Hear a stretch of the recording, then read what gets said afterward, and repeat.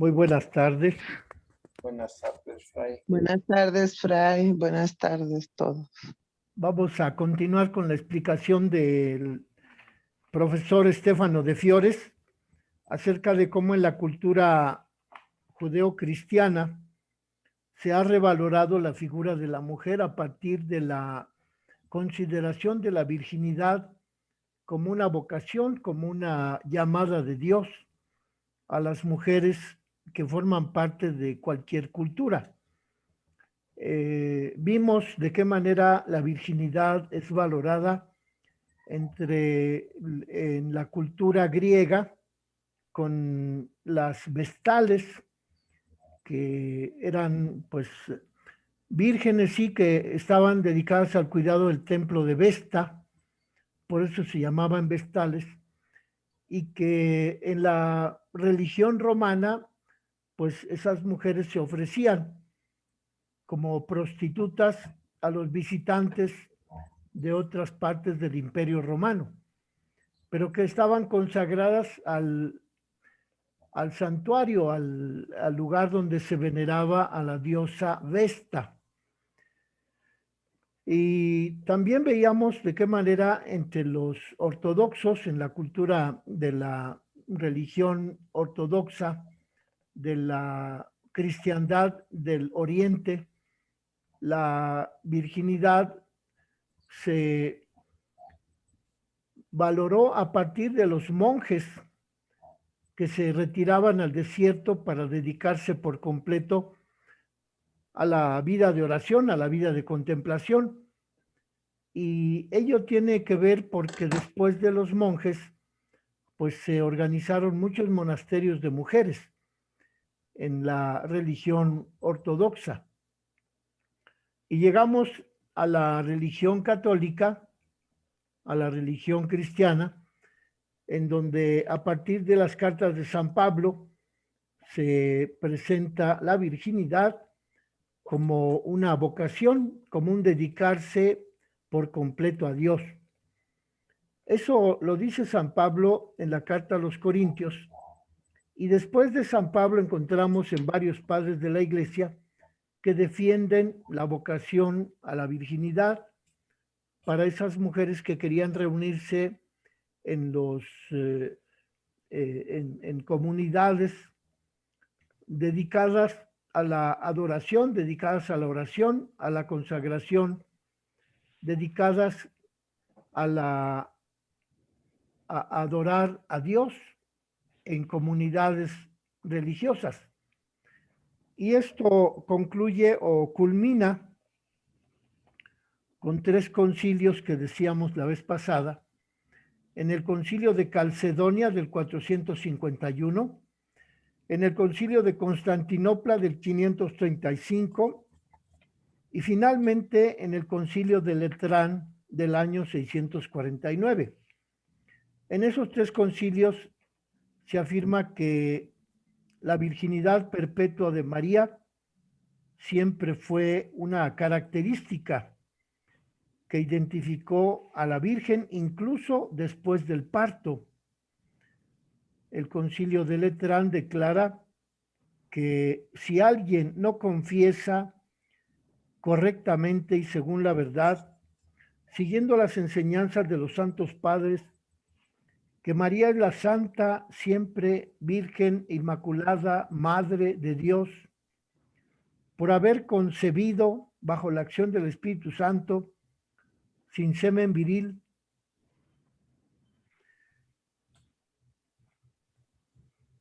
al mismo Dios Verbo, el cual fue engendrado por el Padre antes de todos los siglos, y que la Virgen conservó intacta su virginidad incluso después del parto.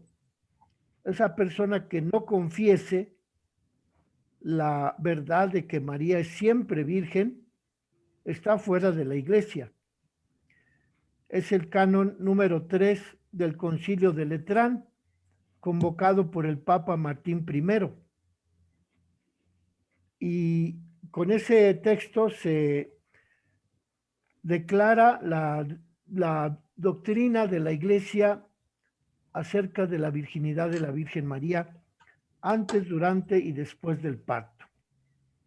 y nos quedábamos en la cuestión de María como modelo de vírgenes, en donde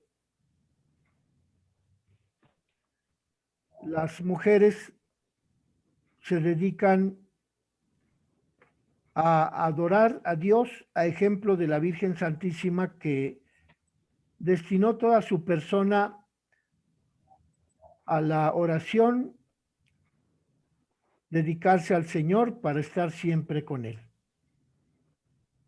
Y San Pablo, tomando ejemplo de San Pablo, hay otros padres que defienden también la virginidad como elección cristiana, por medio de la cual la mujer adquiere su dignidad dentro de la religión católica. Los padres de la iglesia que defienden la virginidad, pues también son algunos. Leíamos un texto de San Jerónimo, un texto de San Atanasio, un texto de San Ambrosio. Pero dice el padre de Fiores que el documento que defiende con mayor valor a la Virgen como modelo de las vírgenes es un documento publicado en 1929 entre los documentos que atestiguan el Concilio de Nicea. Ese documento se deriva de escritos apócrifos que no han llegado hasta nosotros, pero que describe en estos términos siguientes a la Virgen María como modelo de vírgenes. Dice ese documento publicado en 1929. La Virgen no perdió la virginidad cuando trajo al mundo al Salvador. Antes, al contrario, perseveró intacta como un precioso tesoro su virginidad. María no vio jamás el rostro de un extraño y por este motivo se sintió confusa cuando escuchó la voz del ángel Gabriel.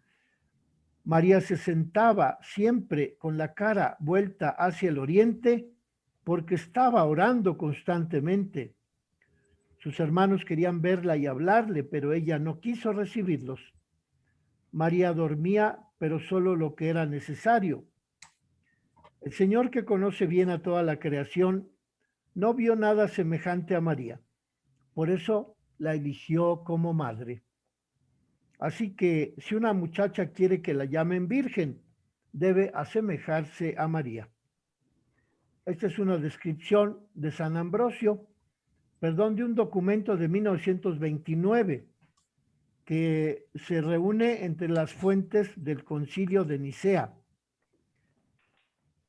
Y a esta descripción, Atanasio y Ambrosio también argumentan de qué manera la Virgen es un modelo para las mujeres que deciden dedicarse a la contemplación, dedicarse al Señor, para asumir como forma de vida la virginidad.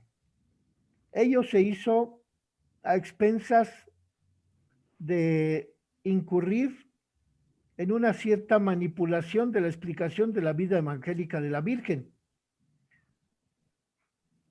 Y también San Ambrosio de Milán habla de la virginidad de la Virgen cuando escribe su documento La educación de las vírgenes.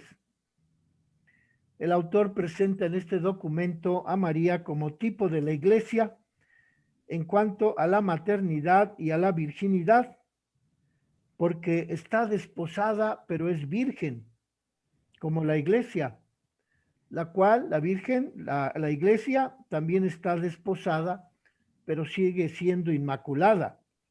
Siendo virgen, nos concibió a todos nosotros como hijos de la Iglesia. Y la Iglesia nos dio a luz sin un lamento. Así lo dice San Ambrosio en la explicación del Evangelio de San Lucas, que es un texto publicado en 1971. San Ambrosio se complace en presentar a María como modelo de la condición virginal, porque dice así, que se nos proponga la virginidad como una efigie, como un icono, como una representación en la vida de María, en quien como en un espejo resplandece la belleza de su castidad y su ejemplar virtud. Es lo que dice San Ambrosio acerca de la virginidad de la Virgen. También San Ambrosio nos dejó un retrato de María que en parte se amolda a los datos del Evangelio y en parte se acopla con las exigencias de la vida de las vírgenes del siglo IV. Este documento de San Ambrosio dice así: María era virgen, no solo de cuerpo, sino también de mente, y no falseó jamás con dobles intenciones la sinceridad de su afecto. Humilde de corazón, reflexiva, prudente, no locuaz, amante del estudio divino, no depositaba su esperanza en las inestables riquezas, sino en la oración de los pobres. No se decidía a salir de casa, a no ser para dirigirse al templo, e incluso entonces lo hacía en compañía de sus papás o de sus parientes. Ambrosio, al contemplar a la Virgen Santísima, se siente impulsado a exclamar: sea pues alabada María, que exaltó la bandera de la sagrada virginidad y enalteció hasta Cristo el estandarte de una perfecta castidad. Vean pues entonces cómo los padres de la Iglesia exaltan la figura de la virginidad de la Virgen como modelo para las mujeres de su tiempo, y con ello el ámbito de los escritos de los padres de la Iglesia se nos presenta como un modelo literario, como un género literario que dentro de la Iglesia Católica nos permite argumentar que la Virgen Santísima ha sido exaltada como mujer especialísima para llevar a cabo una vocación precisa por vocación divina, y ella ha asumido esa vocación con mucho gusto, con mucha alegría, y que por ello ella es presentada por los padres de la Iglesia y por el Concilio de Letrán como modelo de vírgenes, como modelo de la mujer realizada plenamente a causa de la vocación a la que ha sido llamada por Dios. Vamos a dejar aquí la lectura del documento y vamos a continuar la próxima vez, mañana, con el tema de la virginidad de Santa María en contra de quienes la niegan, que es un texto de Ildefonso de Toledo, escrito hacia el año 667.